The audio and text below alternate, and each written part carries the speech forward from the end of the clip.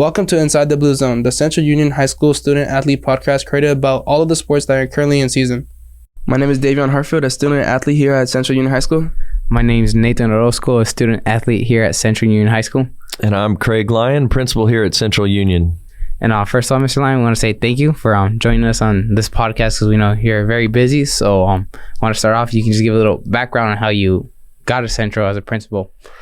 Well, this is my 32nd year in education, and 31 years I've been in the Central Union High School district. I spent about 20 years at Southwest High School.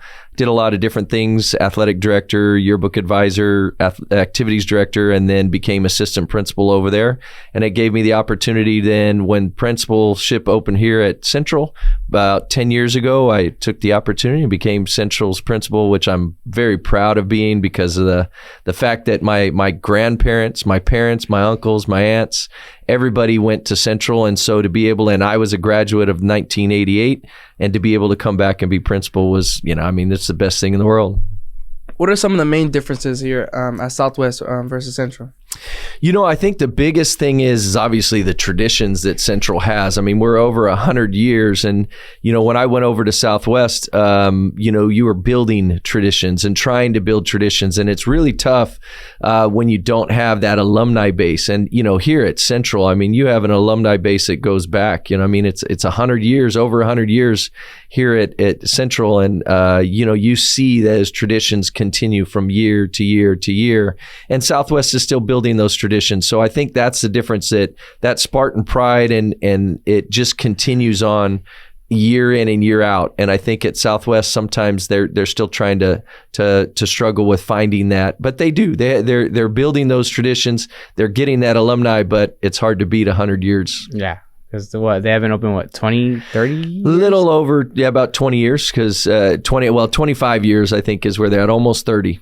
Yeah, okay. So talking about tradition, we do want to talk about one of the biggest traditions that we have here at Central, and I think in the Valley in general, is the recent one was the bell game. What are your thoughts on it? Because you, if I'm not mistaken, you did play on it, and then now you're here as an alumni principal, and how is it? Yeah, the bell game is as we mentioned is unmatched. In the state of California and in the United States, it's one of the longest rivalry games that we've had, and the fact is that you take a bell game that, it's in its 81st year, of the bell, but they've been playing for well over 100 years.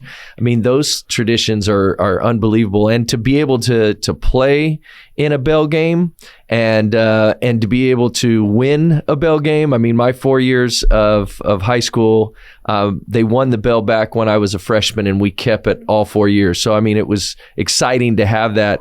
But it's also that rivalry of the back and forth of winning a bell game, losing a bell game, and getting back to bell, which is, obviously Friday. When we played in the bell game, it was a tough loss to Brawley. But we're going to just continue to move forward because we know now it's as every bell game, we're looking forward to next year. Right. And we speaking about how we did come up short, we did want to ask you because you were an athlete, you were athletic director, and you're a principal. What are ways we as a team can kind of bounce back? Because I remember when we lost it, I think in 2020, we lost the bell, and I remember some of the senior guys going into the playoffs, even though they had a good chance at winning it, their kind of motivation just died out. So what would you say to help give us? Because right now we're in a good shot to going after CIF. So what advice or any tips? Well, with any loss, it's tough to lose a bell game, but I always talk about the fact that you always got to move forward. And if you continue looking back at what happened last week or last play, it doesn't really help you in any way. It's going to be even in life. In life, there's things that we're going to come into and we're going to deal with. We're going to have some struggles, and we're going to have to find a way to fight forward and make the best of it.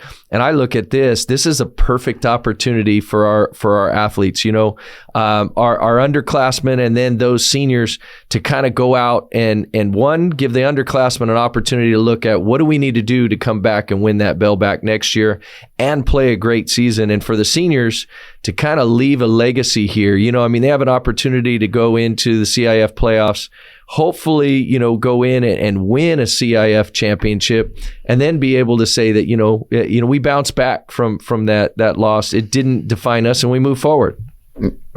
Yeah, coming from an athlete here at Centro, I know the season didn't go as well we wanted to. We had 2 losses in league, but here at Centro that we always have, strong head. We work too hard in the season just to give up in this season. We're looking at high in this playoffs and looking to get a ring. And I feel like this was meant for us to be in this division because we are the last team in the Valley. All the other players' season are over, so we still have time to play and time to build. And this game was a big understanding of how much we need to work, and it was a good way of the underclassmen getting understanding how it feels. So this is a good stepping point for Central. And speaking about like the underclassmen, because Mr. Lyon, you were there last week when we did when you guys did take the bow. How did you see anything in the like juniors, and like you want to just talk about that? Well, yeah, it's when you have to deliver the bell back to Brawley, it's a tough situation, but Coach Pena and uses this as a motivation, and we delivered the bell back with some juniors, and the juniors are the ones that had to deliver that bell back because they want them to see what it's like. Either, number one, to have to give the bell back, which is very tough, but also the fact that they got to see that community come together to accept that bell. And that's something that we would love to be able to do next year is hopefully have them return that bell back to us. And those juniors are going to be the key players to motivate not only just the juniors that are coming back, but the sophomores and maybe some upcoming freshmen that are going to be sophomores playing on varsity next year. All of them need to understand that it's a team effort, and it starts now, and it will continue in the off season and in, spring ball and in the summer. It's not a situation, Central football is different. Not everybody's a Central football player because it means that you're going to put in a lot of time and effort. And hopefully those juniors that delivered that bell will be the leaders that bring those underclassmen with them. And me and Davion can speak on behalf, I think, of any Central player. It does take a lot playing here. And we just wanted to go back to you posted something, I think, right after we lost the bell. Like the next day you posted something on Facebook. It was a message that was very meaningful to us in the community. But one of the highlight points that when I saw, I was like, you know what, that is true. You said, while it hurts to come up short last night in the bell game, winning and losing does not define us. It's how we react to defeat that will tell the story. And I think that's like when I saw that, I kind of told my mom, and I said, that's true. I said, like, how are we going to bounce back from this? Are we going to like go with our heads down, or are we going to be able to bounce back and go make a run at playoffs? And like, I also thought about like, this is also going to show us who's with us at the end.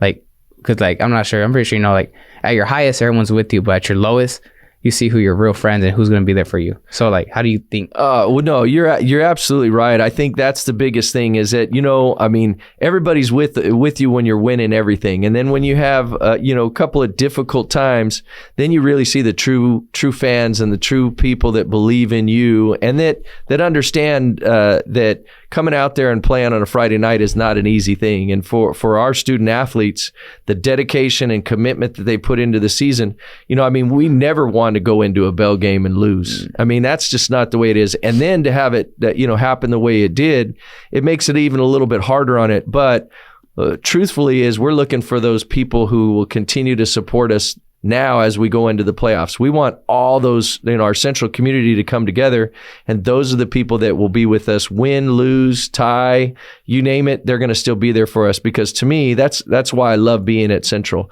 I've been on games that we've won. I've been in games that we've lost. We've played a CIF championship and lost in multiple sports, but you know what? And we've won a few. And the thing is that we still have people keep coming out here supporting us, and we have student athletes that work hard every day. So to me, it's just about that. Our legacy is going to be based on what we do after a tough loss like that, and what are we going to do, and how are we going to bounce back come this Friday night when we play Eastlake. Yes, because like Dean Davion said, we are the only Valley team left that's in the playoffs. So first off, congratulate to all the other Valley teams that run your guys' season. But I think back what you said, like on the tradition and pride, I think that's one thing that Central has that not really any high school has. Like our community always has our back, and like the pride and tradition is even going to now girls flag football, where now they're having the little mini bell game. And I think that's kind of cool that we're expanding that. You know, now something new to look forward to. Yeah. And just correction, Hopeville and Calapat are both still in the playoffs. So Hopeville is also in Division 3, and they're going to be playing St. Augustine this Friday. And then you have Calapat. I'm not sure who Calapat's playing, but they're in 5AA. So there is two schools we want to wish them the best of luck as they go into the playoffs, and maybe we'll see Hopeville in the CIF championship game. They were both in Division 3. Yeah, no disrespect. I'm not trying to leave them out. I mean, sorry, it was just a mistake. I know. We get it because, when teams have buys, it kind of throws you off. And, like I said, I do want to give credit to the other Valley schools. Both Imperial and Brawley lost tough games. They battled all the way to the end, and credit to the Valley teams for going in and representing the Imperial Valley and in a positive way. Even though they came up short, they battled all the way to the end and had chances at the end of the game too.